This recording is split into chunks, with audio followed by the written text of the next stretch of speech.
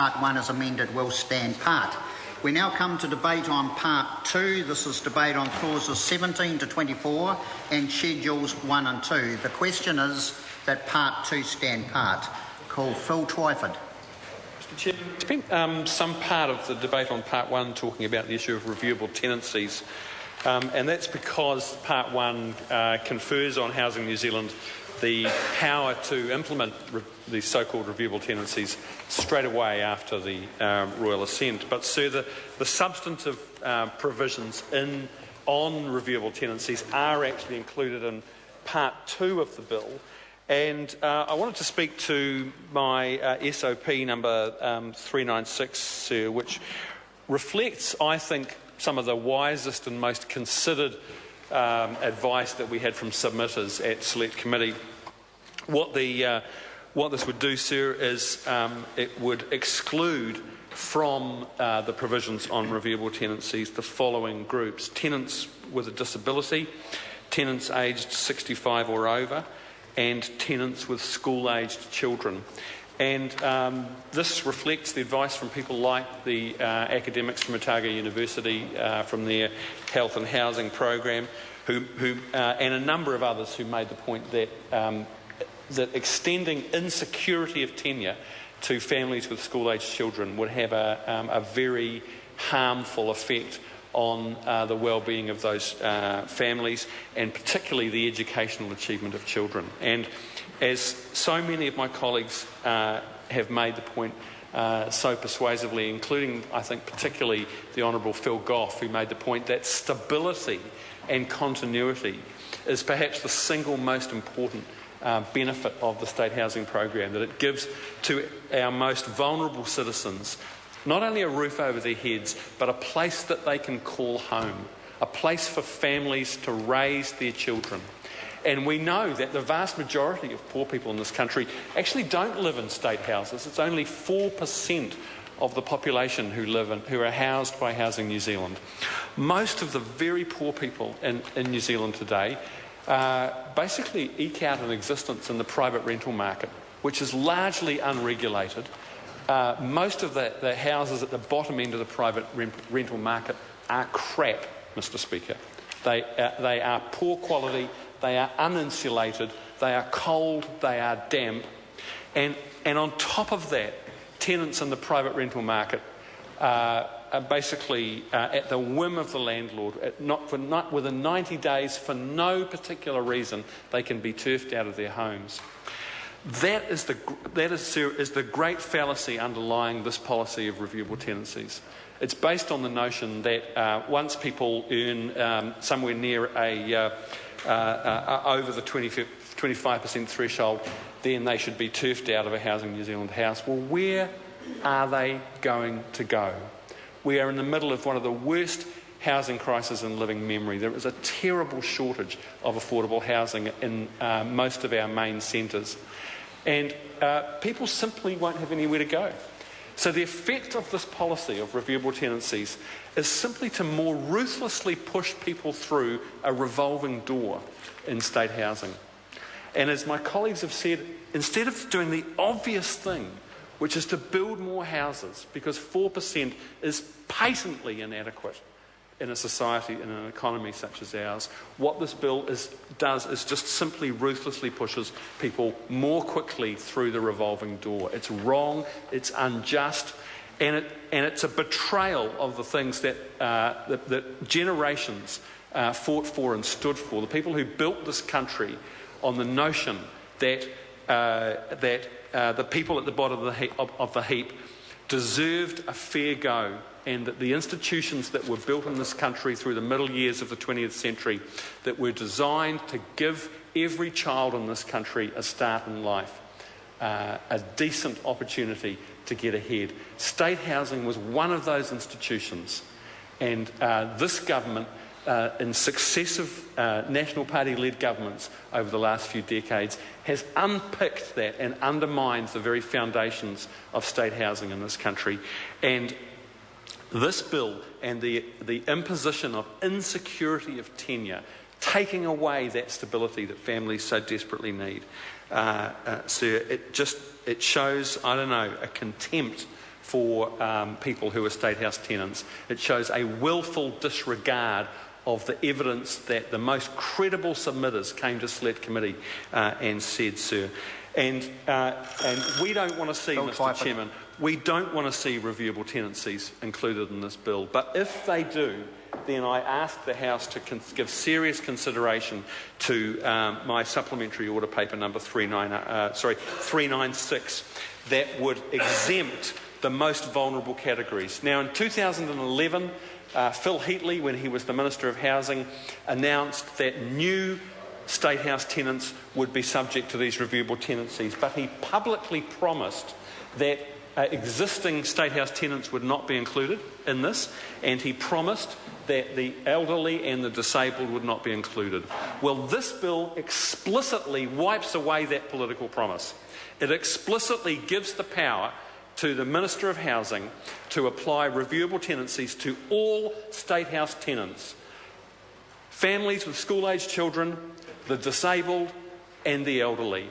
So because there aren't enough state houses, because this government hasn't done nearly enough to address the fundamentals of the housing crisis, this horrible bill will give the power to Nick Smith to turf 80-year-olds out on the street because there simply aren't enough houses. And that is a disgrace.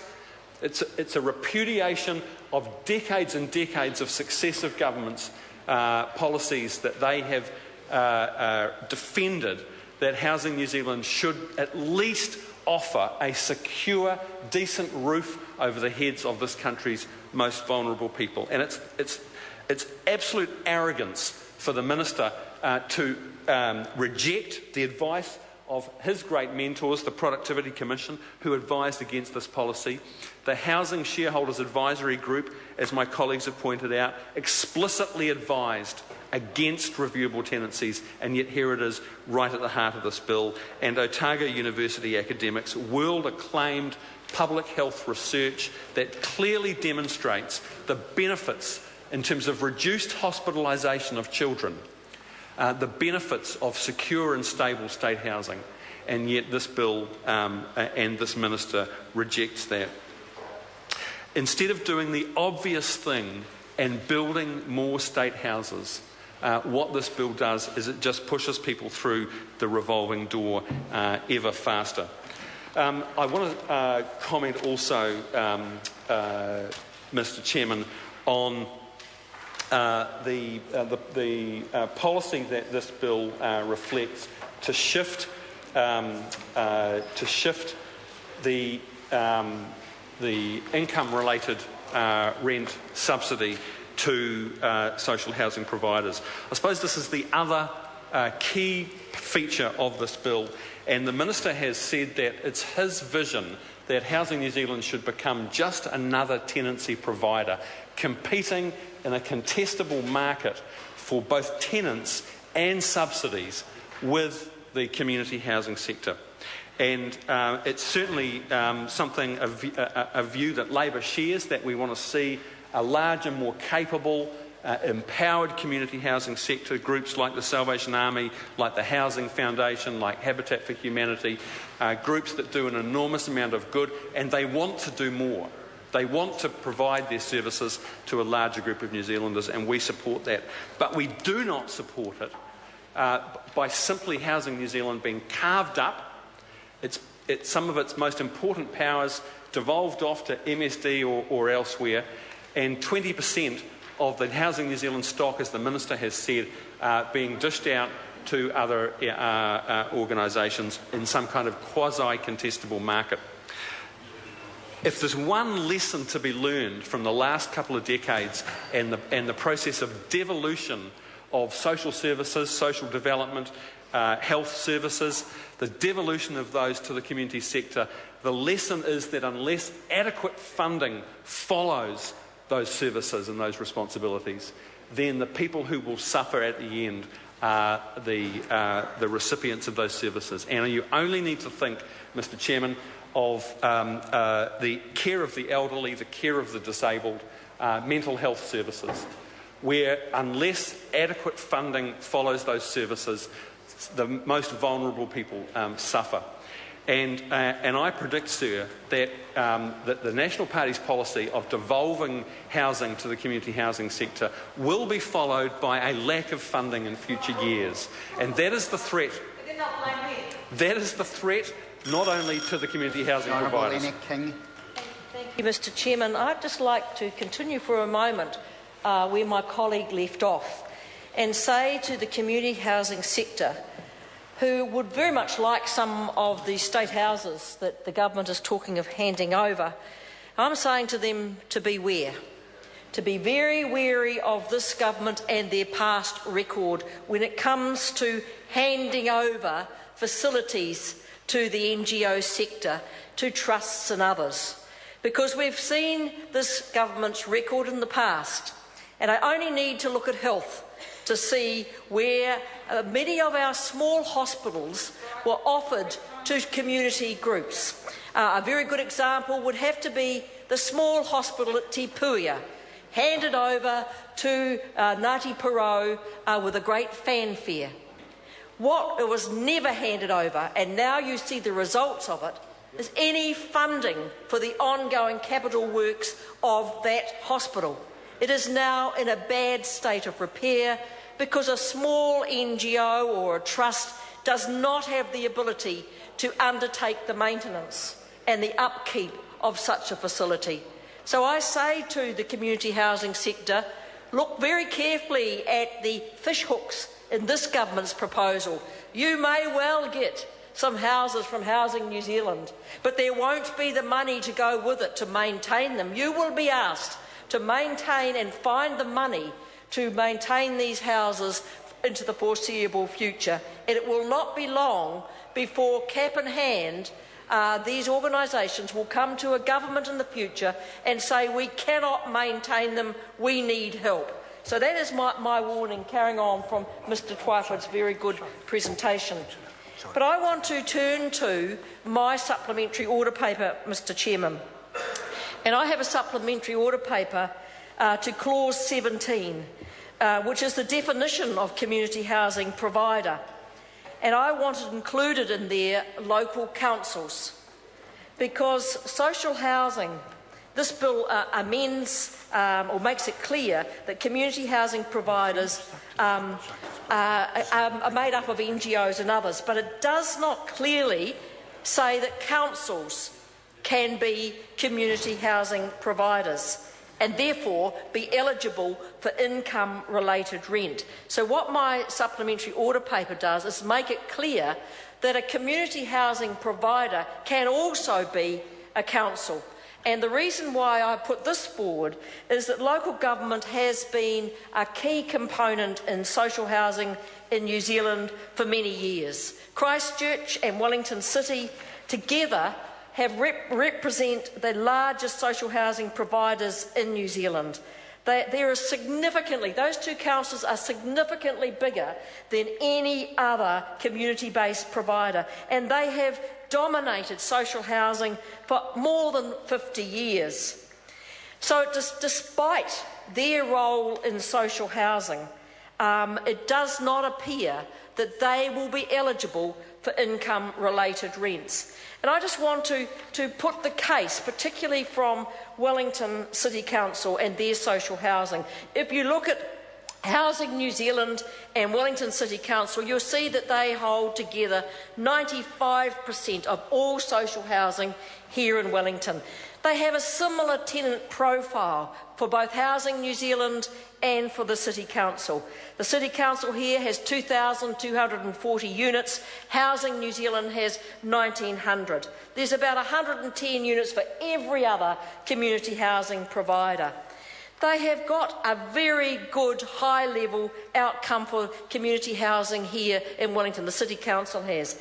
They want to ensure that they have quality social housing. They want to ensure that the residents' health and well-being are well looked after.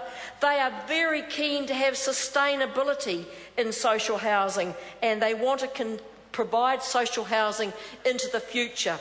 They also want a strong partnership with central government, and that was achieved under the previous Labor government, where here in Wellington we put in over $200 million alongside the council to upgrade social housing, council social housing here in Wellington. And it's been the privilege of ministers of health under this national government to be able to come along and open the refurbished flats and Mr. Chairman, thank you, Mr. Chairman, to come along and open these refurbished flats for the council's social housing. And in fact, this Saturday, we've got yet another block of flats refurbished, providing social housing by the City Council to the most vulnerable in our society. Many of them are elderly. Many of them are people who suffer from mental illness. Many of them are people who have come from faraway lands as refugees, and we have given them a good start to their life here in New Zealand. So I believe that the council, particularly Christchurch and Wellington City Council, are putting up an incredibly strong case, and I'm sure the Minister and the Chair would agree with me. They are a strong case for them to be included as part of the definition of community housing providers in New Zealand. Why would they not be? Why would they not be when they are the major provider of social housing? If the government is serious about having income-related rents provided in social housing by other community providers, why would they not include the housing of Christchurch? And I'm sure my colleague from Christchurch understands this. He was on the council. He understands the importance of that social housing. Why would they not include councils as part of income-related rents policy? It would make a huge difference to those councils, and they are committed, as it says in Wellington City's own documents, committed to sustainable community housing, not just now, not for a few years, but long-term sustainable development. They want to take responsibility for the most vulnerable who need good, dry, warm, safe housing in New Zealand. So I'm strongly arguing, Mr. Chair, that the government consider my supplementary order paper. What it does is it makes it clear that local government can be a community housing provider under the bill. Not all of them might want to be, so we're not forcing them to do something they do not want to be. But based on the submission, a very, very good submission provided to the Select Committee by the Wellington City Council, I know at least one council that wants to be a community housing provider.